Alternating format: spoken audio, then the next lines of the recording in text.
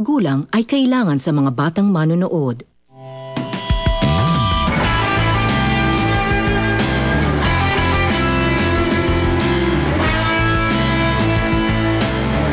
Saan ka nang galing?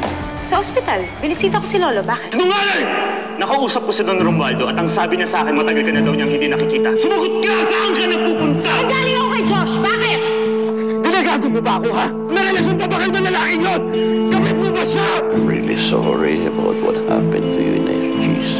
Hindi man lang kita natulungan makaalis sa kontrata mo noon pa. Kung ako'y wala na, ipangako mo sa akin na magpapatuloy ang pamilya Alcantarang sama-sama. Sa inyong magkakapatid, ikaw ang may pinakamalasakit. Huwag na huwag mo hayaan magkawatak-watak ito. Ang basing ginagawa natin dito. Nandun nga yung kotse ni Natasha. Ibig sabihin, nandito siya. Anong ginagawa niya dito? Naku, alam mo, huwag ka na mag-abala. Ayos naman kami dito eh. Nay, nangako po ako sa inyo. Kaya, tutuparin ko yan. Kumpir. What is he doing here? Get him out. Bisita ko siya, no? Wala kang karapatang paalisin siya. I'm the OIC of Legacy. So, get him out of my building right now, or else I'm gonna call security. O sige, call mo security, NBI, barangay tanod, kung sino mang gusto mo. Para malaman naman na lahat ng tao kung anong sekreto mo. Ay nako, Natasha. Isa kang fake. Hindi ka tunay na apo ni Lolo.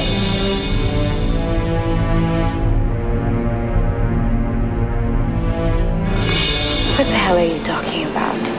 Huwag mo akong watwatin, ha? Pwede ba? Yan, babaeng yan, ay hindi mo tunay na ina. Ang pangalan nanay mo ay Lydia Di Makuykuy. Ang sabi mo sa akin noon, ay isa siyang testigo sa pagkamatay ng papa ko. Eh, sinundan ka namin ni Gary sa squatter nung dinalaw mo siya.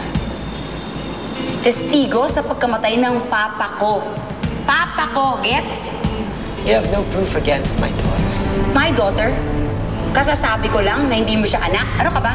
You cannot accuse me without any proof. Ano kaya masasabi ni Lolo kapag ka nalaman niya na hindi ka niya tunay na apo? That's if he'll believe you. Handa ako ipa-DNA si Natasha para patunayan sa inyo na anak ko siya. Eh di gawin mo. Galing mo, di ba? The best ka. Tara na nga. Lilibot dito sa building ko. Let's go, honey. What? Paano nalaman ni Bernadette ang totoo? Yes, Natasha, you tell us. Sabi ni Bernadette, nakita ka raw niya with that poor mother of yours. Ano ba ginagawa mo doon, Natasha? Don't you get allergies visiting the slums? Look, I needed someone to talk to, okay? I needed a mother, but apparently this woman over here is busy playing childish games with her. Oh, so now you're blaming me. Who else is to blame? Will you please stop fighting? Huwag na kayo magsisihan. Ang isipin na lang kung paano natin paprotektahan ang problema natin. Oras na malaman ni Romualdo ito, damay tayong lahat. You're right. We should all work together now. Fine. Kakausapin ko si Nanay Lydia na... Well, may kakilala kong kaya niyang i-fake ang DNA results. Pag kailangan ni Romualdo ang results na ito. Okay? I'll work on it.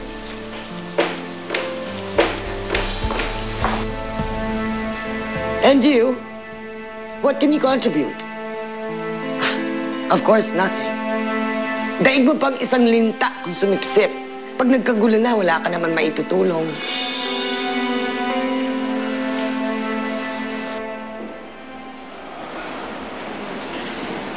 Sigurado ka ba, anak, na gusto kong kausapin ng lolo mo? Baka naman gawa-gawa mo lang yan, ha? Nay, hindi ako nagbibiro. Gusto kanya kausapin. Dito lang po ako sa labas, mag-iintay. Well, huwag kang mahiya. Halika.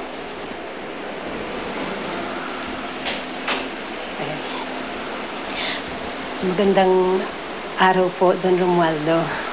Kumusta ka na? Maayos naman po ako. Mabuti.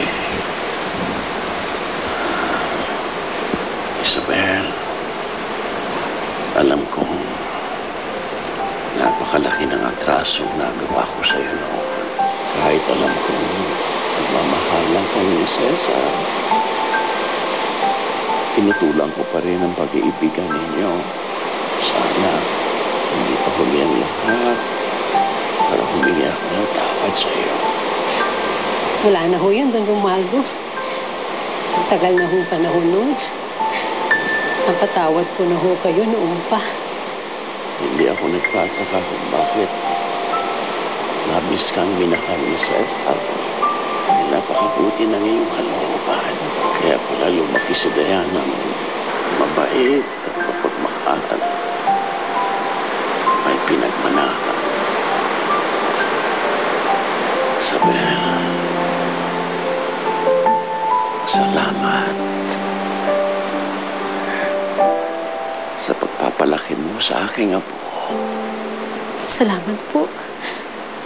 Napakalaking bagay po na marinig ko yung galing sa inyo, Don Romualdo. Papa na lang ay tawag mo sa akin. Isabel, gusto ko sana magsimula tayo muli. Ako, ikaw, si Diana, at ang pamilyang ito.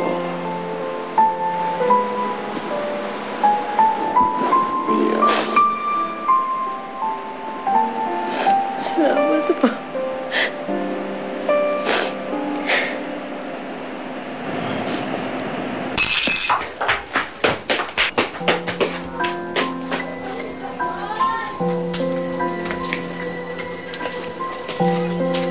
Sino ka? Hi, kayo po ba si Lydia Di Makuikuy? Ako nga. Kayo po ba yung nanay ni Natasha? Bakit? Ano ba kailangan mo? Sino ka ba? Ako po si Bernadette. Ako po yung inutusan niya na tulungan kayo sa paglilipat.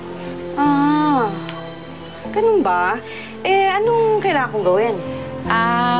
Ayusin niyo lang po yung gamit. Sasama po kayo sa akin. Tapos doon na po namin ipapaliwanag. Sige ha, magpapalit lang ako ha.